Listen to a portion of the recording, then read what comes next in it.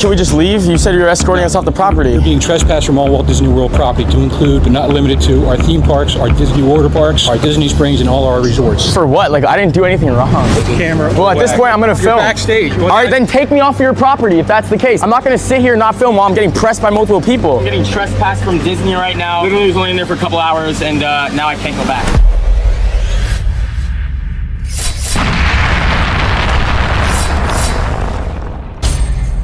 Most people go their entire lives without getting removed from a single business establishment.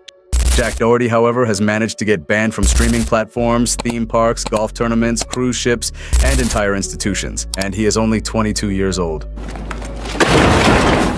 The man does not have a ban list, he has a ban catalog.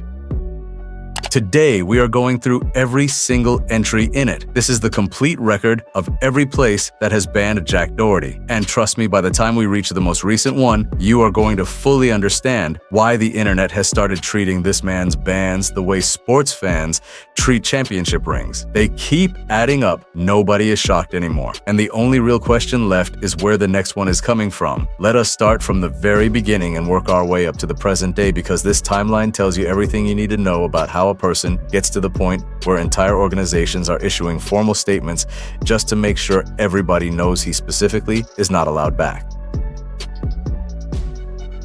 Number 1. Kick. First ban, October 2024. This is where the modern era of Jack Doherty bans truly began, and it is also one of the most consequential streaming bans in recent internet history.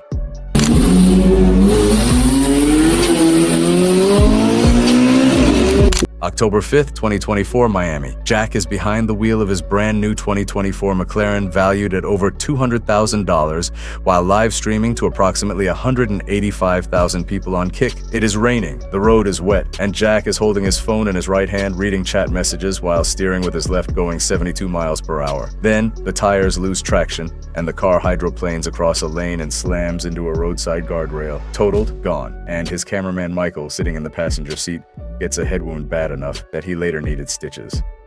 Kick's response was immediate and unequivocal. The platform stated it does not condone illegal activity and swiftly banned Jack's account. Permanently, they said at the time. And Kick co-owner Aiden Ross made his feelings extremely clear, saying Jack would need to pay $300,000 cash to get unbanned. The ban was significant not just for Jack, but for the entire streaming industry, because it forced a conversation about what Kick's rule-light reputation actually meant in practice. There are limits, it turns out. Crashing a $200,000 car into a guardrail while reading chat with one hand, with your injured cameraman bleeding in the passenger seat you asked to keep filming, is one of them. The ban stood for about 3 months. Number 2. Twitch. First moved there, then banned there too. October through November 2024. After the McLaren crash and the Kick permaban, Jack did what anyone in his position would do. He went live on TikTok and begged for donations, got thoroughly mocked for it, and then immediately pivoted to Twitch as his new streaming home. On October 11th, 2024, just 6 days after totaling his McLaren and leaving Michael with a gashed head, Jack went live on Twitch for the first time for a brief 5-minute broadcast. And in one of the most accidentally self-aware moments of his entire career, he asked his new Twitch viewers directly, "How do I stay good? How do I not get banned on Twitch the way I did on Kick?" The internet played that clip on a loop, because of course it did. The man who could not make it through a single drive without causing a disaster was asking strangers on the internet how to behave himself. But things on Twitch deteriorated quickly regardless. Between the view-botting allegations during his wedding stream, where a clip went viral showing 17,000 apparent viewers but only 3 active chat messages, and the continued provocations that followed him from platform to platform, Jack's Twitch era was never going to be stable. When the TwitchCon incident happened later that year, Twitch handed him a permanent suspension. The platform that had warned him had enough experience with people who do not know how to behave, and they chose not to wait around for the inevitable. What the f? Bro, I think I got permanently suspended on Twitch. For that. Is that bad? Damn. No. I didn't know that. It says indefinite, or what is it? It's like, yeah, permanently suspended.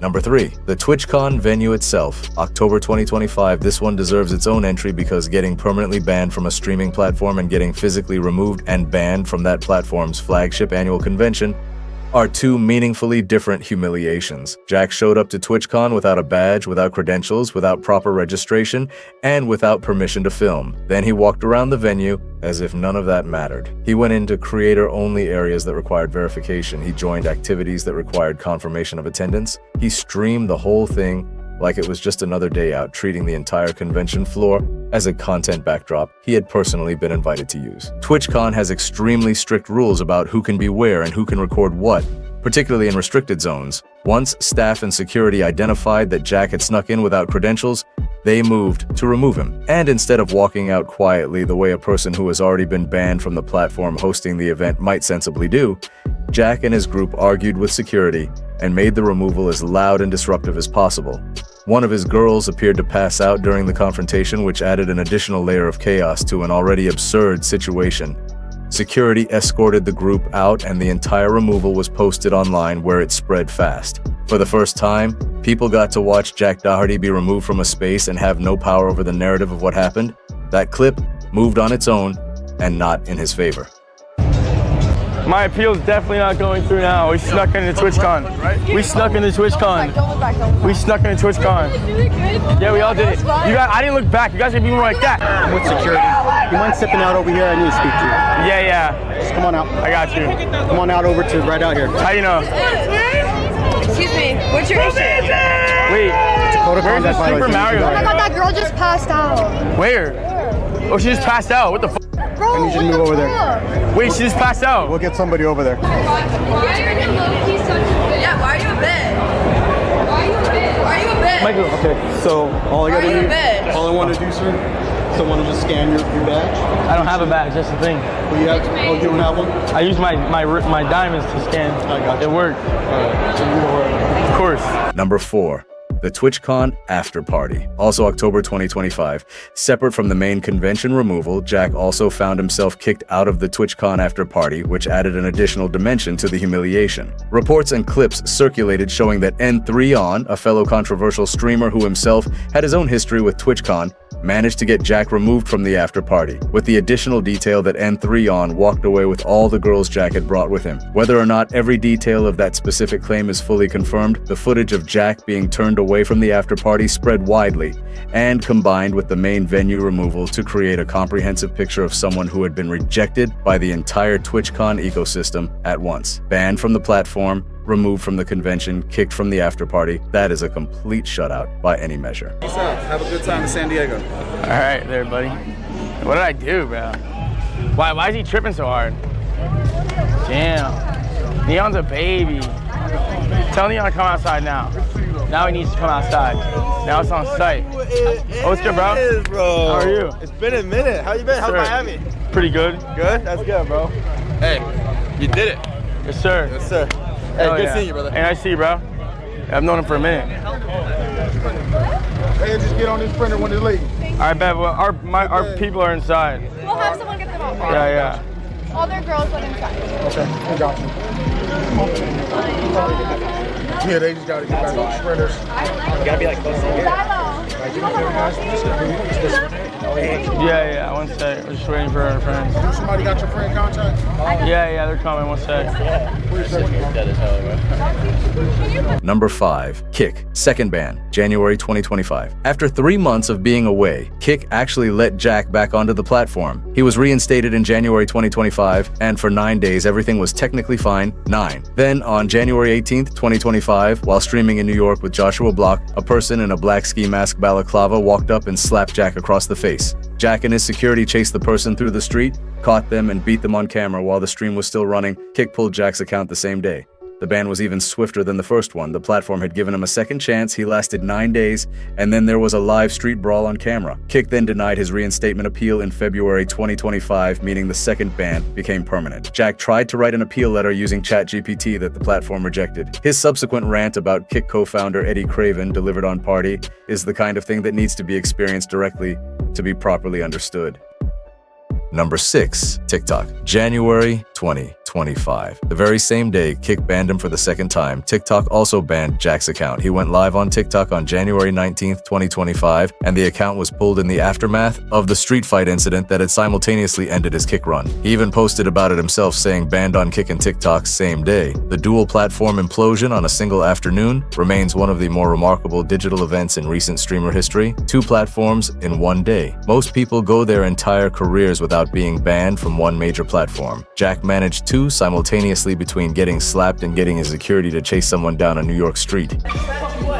Number 7. Walt Disney World Resort, March 2025. This is the ban that arguably introduced Jack Doherty to a mainstream audience that had never heard of him before, because there is something about the phrase banned from Disney that cuts through in a way that streaming platform bans never quite do. On March 25th, 2024, Jack documented himself being trespassed from Walt Disney World. A sheriff's deputy from Orange County was present, writing up the trespass notice on yellow paper. Jack turned to his camera and delivered the news with the casual energy of someone describing a parking ticket. He said he had only been in the parks for a couple of hours and now could not go back. He thanked the deputy, shook hands, took the paperwork, and walked off camera. The exact specific reason Disney chose to remove him was never officially stated, but the internet did not need an official explanation. His content reputation preceded him. Multiple social media users pointed out that Jack's signature move is bringing a large bodyguard into public spaces specifically so he can harass people, provoke reactions, and then have his security step in when people respond. Disney does not do warnings. They do not negotiate. When Disney decides you are no longer welcome on their property, they hand you a trespass notice, get a sheriff's deputy to make it official, and you are done. No appeals process, no second chances. That yellow paper is final. And the same deputy, as many people noted with considerable enjoyment, had previously processed the trespass for N3 on from the same parks, an exclusive club that nobody should want to be in. Number 8. Universal Orlando Resort, March 2025. Disney banned him on March 25th. Universal banned him the very next day, March 26th, 2024. Jack posted a video of himself being escorted out of the Universal Orlando Resort parking garage and claimed he had been removed for wearing a Mickey Mouse hat. This explanation was immediately and universally dismissed by everyone who covered Universal for any length of time, because Universal does not ban guests for wearing competitor merchandise. That is not a rule that has ever existed. What more likely happened was a combination of factors, including his general behavior on property and the extremely fresh Disney trespass from literally the day before. Whether Universal security had seen the news is an interesting question, but the end result was the same. Escorted out, on camera, posted online. 2 theme park bans in 2 consecutive days. A feat that would be genuinely impressive if it were not so thoroughly unnecessary. Number 9. Royal Caribbean Cruise Ship, October 2024. Just a few weeks after the McLaren crash, with his kick ban still fresh and his reputation in active freefall, Jack Doherty managed to get himself and his group removed from a Royal Caribbean cruise ship. The allure of the seas, specifically, though some clips also circulated suggesting a possible MSC ship incident, meaning the worst-case scenario was that he had gotten removed from 2 separate cruise ships on separate occasions. The details of what exactly caused the removal are not entirely documented in a single official statement, but the footage that spread from the departure was more memorable than any explanation could be anyway. As Jack and his group were escorted off the ship, the other passengers on the deck began singing together. Not a specific song, just an impromptu collective celebration directed at the people being removed. The crowd singing in apparent joy at Jack Doherty's departure from their vacation became one of the clips of the year. It was the internet in physical form. A group of total strangers, united by nothing except the relief that the disruptive person was finally leaving, spontaneously performing a send-off. His YouTube title for one of his related videos was "I Got Kicked Off a Cruise," which he posted like it was a fun adventure rather than an indication that he had managed to ruin other people's vacations badly enough that they sang about it. Hey, dumbasses! I have a private jet back to fucking Florida tomorrow. Who gives a fuck? I could not care less. You guys have to get 24 hours on that shit to get home. I got an hour flight on a PJ. I can bring drugs on it, whatever the fuck I want. Number 10, the PGA Tour. All events for life. February 2026. This is the most recent major ban on the list, and it is also the one that generated the most mainstream media coverage, partly because the PGA Tour is not the kind of organization that normally has anything to do with streaming culture, and partly because the ban was issued on the spot, verbally by an official on camera with police standing nearby confirming the trespass. February 6th, 2026, WM Phoenix Open in Scottsdale, Arizona. Jack was live streaming at the event when he walked over to a spectator near the 18th hole where Mackenzie Hughes was playing and offered the fan $100 to yell a specific word at the golfer during his backswing. The fan took the money, yelled it, and Hughes attempted to play out of a fairway bunker while the distraction landed. Security converged on the area immediately. Both Jack and the spectator were escorted from the premises. Outside the venue, a PGA Tour official met Jack and delivered the message directly, telling him, "If you come back here again before this tournament is over, you will be arrested, and if you show up at a PGA Tour tournament again, you will be arrested." He was trespassed from that tournament and issued a ban from all future PGA Tour events